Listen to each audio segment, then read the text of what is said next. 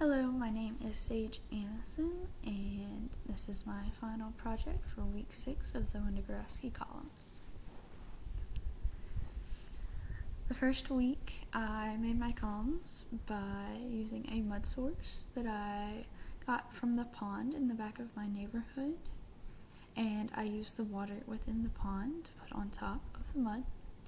For my carbon source, I cut copy paper into thin strips about 1 centimeter thick, and I put those inside the mud. And then for my food source, I used egg yolks, and I mixed that in as well. This is what they looked like on week 2. They were showing a pretty unpleasant smell at this point, and there was a large amount of condensation on the saran wrap of each column, and the mud seemed to have water seeping down into them at this week. During week 3, there definitely was a more serious smell coming from both, and the water had started sinking into the mud even more so. There started to be a formation of a reddish brown colored substance at the top of the columns, and the water was getting extremely murky. For week 4, you can see that there was a very large amount of reddish brown formation at the top of the columns, and the water had almost completely seeped into the dirt, and at this point there was a lot of gaseous pockets seen throughout the columns. For week 5, there was even more formation formed at the top of the columns, and there was no water left at the top of either of the columns.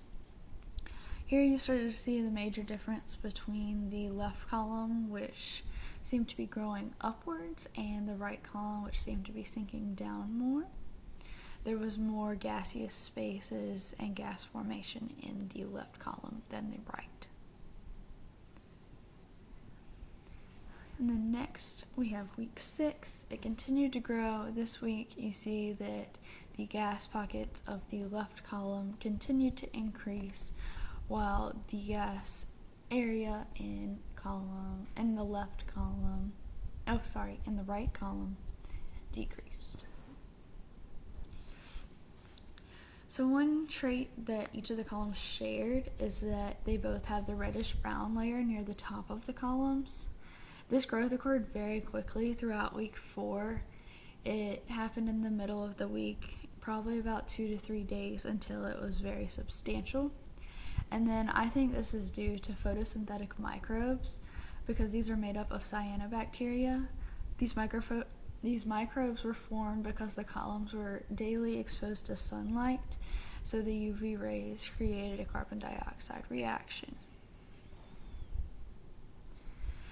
Different traits between the columns is that one of the columns grew upward while the other ones seemed to sink down. The left column was significantly larger in growth, and it was seen by the materials were pushing up against the saran wrap and pushing the saran wrap up towards the surface. The right column had the opposite effect, and the saran wrap was pulled down because there was less of a reddish brown formation and gas was being sucked down into the column. I think this is due to hydrogen sulfide gas being produced, and the difference is possibly due to the level of sunlight the columns were exposed to. The left column had more direct and constant exposure to the sun, whereas the right column was more towards the side of the wall and didn't receive as consistent exposure to sunlight.